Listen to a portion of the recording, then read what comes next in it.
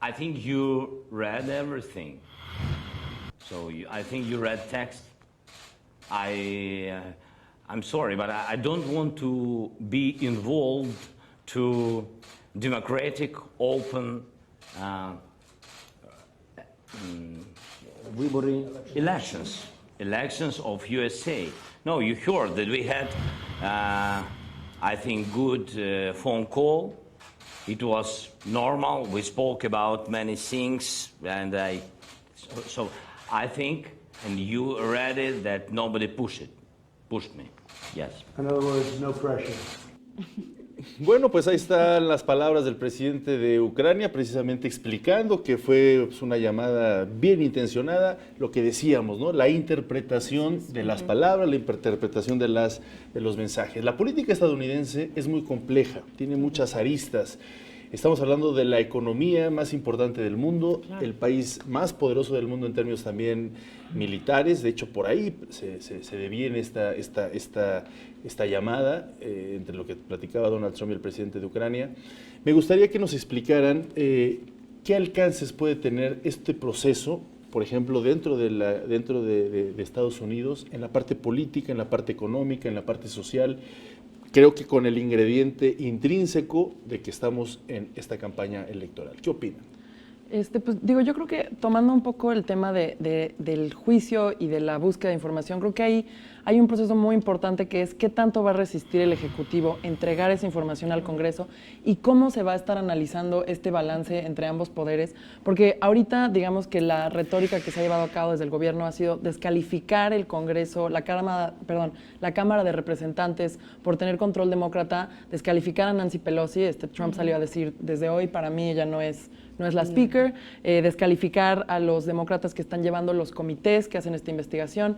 Entonces creo que ahí también estamos viendo cómo se está hilando esta narrativa me parece muy peligrosa para la política estadounidense, para el Estado de Derecho, porque como bien mencionaron, si es que el Ejecutivo no está de acuerdo con entregar mediante las supinas, mediante estos procesos legales, la información que le requisita el Congreso, esto puede llegar a la Suprema Corte de Justicia. Entonces, creo que ahí también estamos hablando de que se están tocando todos los niveles de poder en Estados Unidos en este juicio, porque verdaderamente están aguerridos los dos lados y no parece que pueda haber algún tipo de encuentro en el medio donde dicen, bueno, esto está trastocando todo el tema de nuestra democracia y de nuestro Estado. Están a prueba las instituciones de Estados Unidos. Por supuesto. ¿No? Desde el momento en el que llegó Donald Trump al poder ha sido una constante y eso es justamente uno de los hilos discursivos más importantes, ¿no? Sí. Él ha insistido mucho en que desde el día 1 se le ha intentado llevar a juicio político y que desde el día 1 es un ataque permanente de los demócratas que no lo han dejado trabajar.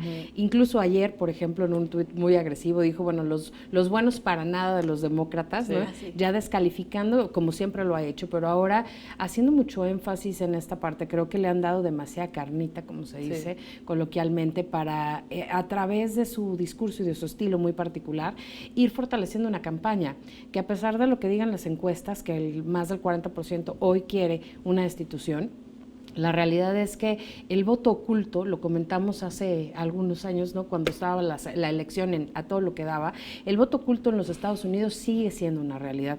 Y esas fibras sensibles que se tocan a través del discurso y que lo ha sabido manejar perfectamente el presidente Donald Trump, hoy en día están más exaltadas que nunca. Claro. Porque en lugar de verse como el presidente que ha traicionado a la Constitución, cosa que ha querido hacer la Speaker Pelosi, ¿no? Ha estado buscando de manera constante decir, bueno, él está traicionando la Constitución, y por otro lado él dice, pues sí, pero finalmente ustedes han hecho esto. O sea, es un toma y daca que parece no tener fin. No, y además del tema del impeachment y la vulnerabilidad de las instituciones, él puso en la sociedad estadounidense un punto central en la campaña, que la familia de Biden, Biden es corrupta. Así es. Es decir, ¿no? Él lo puso ahí sobre la mesa. La pregunta es, ¿tú consideras, Guadalupe, o consideran también ustedes, si este proceso de impeachment puede favorecer el día de mañana en la contienda electoral a Donald Trump?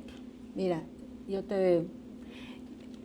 tengo dos escenarios. El primero, que gana el impeachment, que se fortalece, que se reelige. Que gana Trump. Que gana Trump, perfecto. Pero también el otro, donde pierde y eligen a Biden como el candidato demócrata, lo eligen como presidente, pero ¿qué crees? Llegando a ser presidente, a él también se le aplican. ¿Por qué?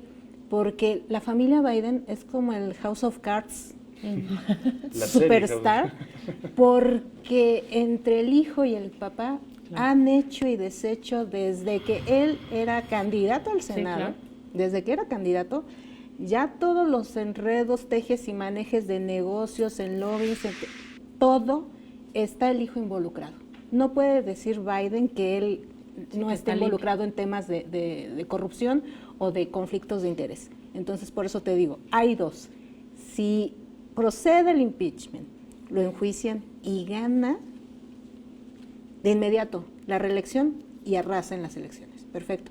Pero si por el contrario pierde y en ese caso los demócratas se fortalecen, elegirán a Biden, pero de inmediato Biden será el próximo candidato a un impeachment. Claro. Esta cuestión del hijo, la verdad, le afecta muchísimo a su campaña. Yo no sé qué tan seguro estaría que escogerían los demócratas a Biden aún en los casos, pero creo que este tipo también de conversaciones que se están teniendo en Estados Unidos, que estamos teniendo nosotros acá de ellos, reflejan mucho de las críticas que hemos visto también a la política tradicional, esta idea de son conglómeros familiares que hacen lo que quieran, que intimidan a otros países, que no tienen esta diplomacia, que no es cierto que mantienen esta, que no es cierto que participan en estos controles, ¿no? de conflicto de interés, etcétera. Y creo que, por ejemplo, la familia Trump sin duda es un emblema de esta mezcla de poder político, poder económico, familia que está trabajando ahí, los reportes que salen que ahora los mandatarios extranjeros se quedan en hoteles Trump. O sea, creo que definitivamente la familia Trump, la elección de Donald Trump a la Casa Blanca puso este tema sobre la mesa de cómo las instituciones estadounidenses están cooptadas de muchas maneras con muchas familias muy adineradas. Y creo que eso también está siendo un tema de discurso, de discusión sobre qué tan legítima es esta acusación a Joe Biden y no a Trump, o qué tan legítimo, o sea, si nos ponemos a discutir esto, pues nos tenemos que voltear a ver todos a la cara, ¿no? Un poco en la discusión americana. Claro, es el punto que decía, cómo la política estadounidense es verdaderamente carnívora, es muy dura de llevar a cabo, ¿no? Hay muchos retos al respecto. Fíjate que yo coincido mucho con tu punto de vista. Me iría un paso antes, ¿no? de lo que dice, doctora, porque en realidad aquí tenemos que ver que ninguno de los dos es en realidad el candidato oficial de sus partidos. Sí, todavía. Y yo me inclino más. El escenario que yo tengo vislumbrado es, a Donald Trump le puede salir muy bien bajar a Joe Biden de la contienda. Y bajarlo implica poner a prueba lo que hoy se está poniendo a prueba, ya lo logró.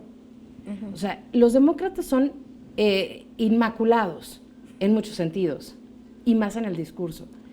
Y hoy se puso a prueba, o se está poniendo a prueba, qué tan nítida es eso inmaculado, ¿no? O sea, si realmente son a prueba de balas, y ya se vio que no.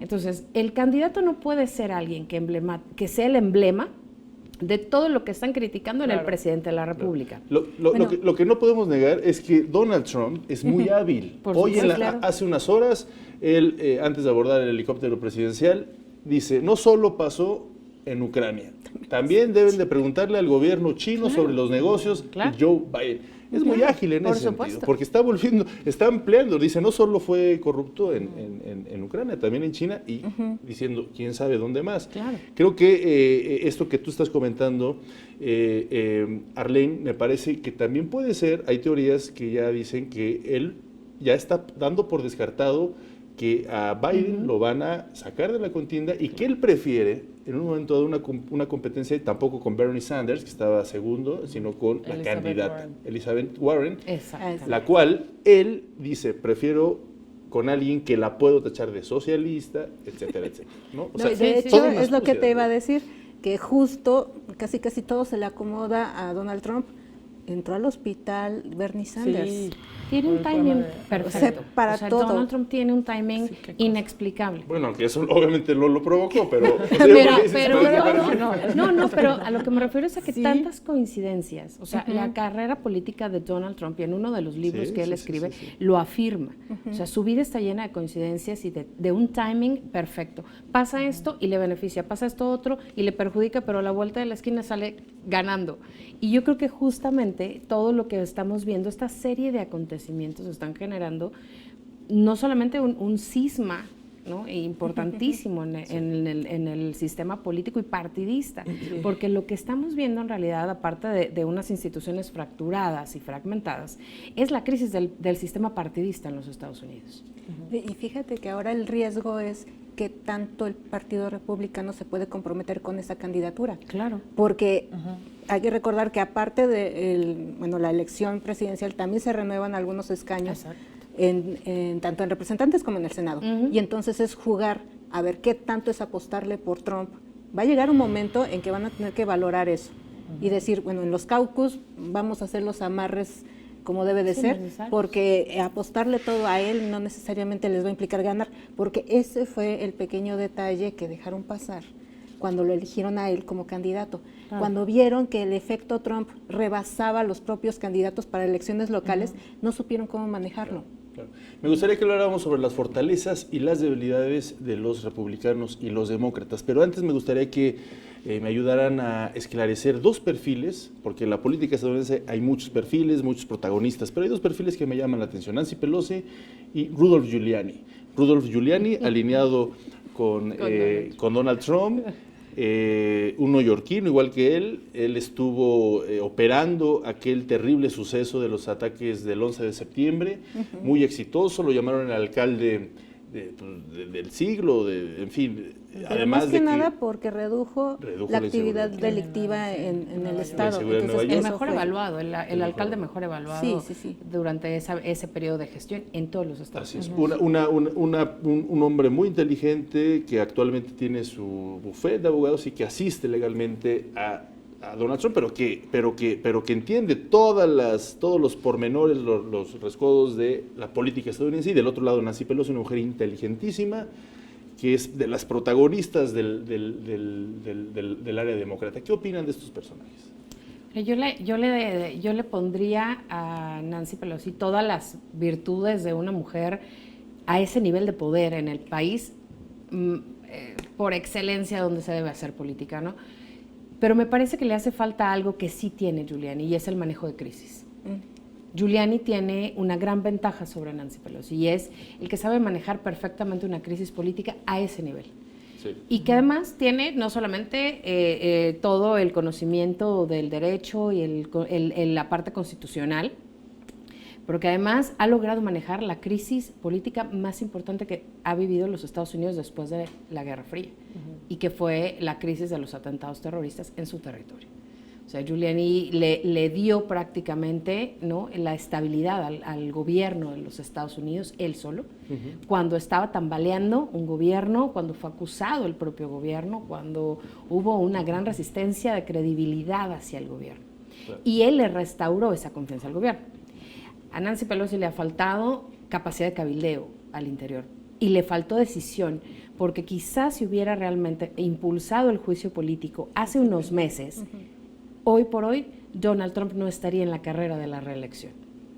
Le faltó valor, le faltó quizá el apoyo de su grupo político, ¿no? Y sobre todo le faltó la visión para ver, yo creo que no creyó que Donald Trump iba a llegar hasta este momento, y tampoco creyó que él tenía un as bajo la manga, que es pues el exponer a Joe Biden como lo está haciendo. ¿Qué opinan?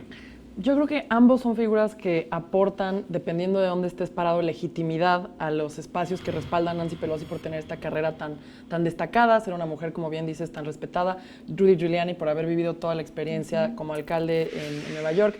Pero me parece que también los dos, en especial Giuliani, me parece que es un personaje que también revela mucha de la manera en la cual, digamos que el universo Trump va cambiando las aguas alrededor de sí mismo, ¿no? Digamos que Julián era un personaje crítico, reconocido, criticado también él, ¿no? Pero reconocido, y de repente se ha vuelto este defensor a muerte del presidente, ¿no? Que va a estas entrevistas, dice cosas contradictorias, que ha perdido, creo, mucha de ese respeto que tenía.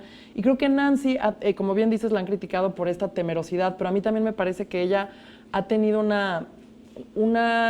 quizás en sus comunicaciones, al final del día, ella está pensando cómo va a pasar a la historia, ¿no? Entonces me parece que de muchas maneras ella ha querido dejar claro que ella sabe lo que implica empezar este tipo de juicios y que ella no ha querido hacer esto, digamos, por movidas políticas. Me parece que esa es la manera en la que ella ha querido verse en la historia, pero creo que en el momento la vemos como con mucho poder, tímida. Con mucho poder, pero que difícilmente va a trascender de donde está ahora, ¿no?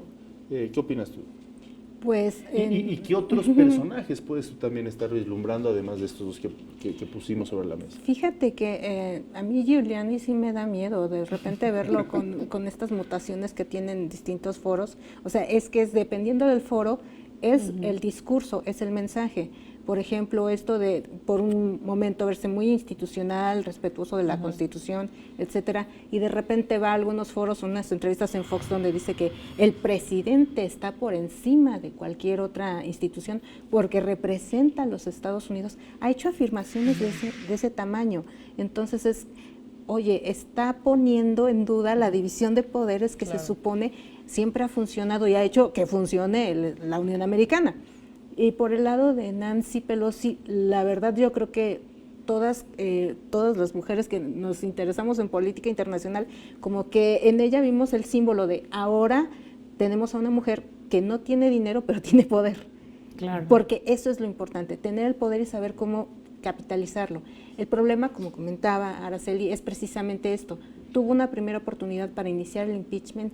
¿Qué es lo que hizo? Se vio muy moderada, muy conservadora, porque sabía que si lo hacía en ese momento, tal vez yo creo que ella vislumbraba que le iba a pasar lo mismo que con Clinton, que en el momento se iba a matar el asunto y que no iba a progresar.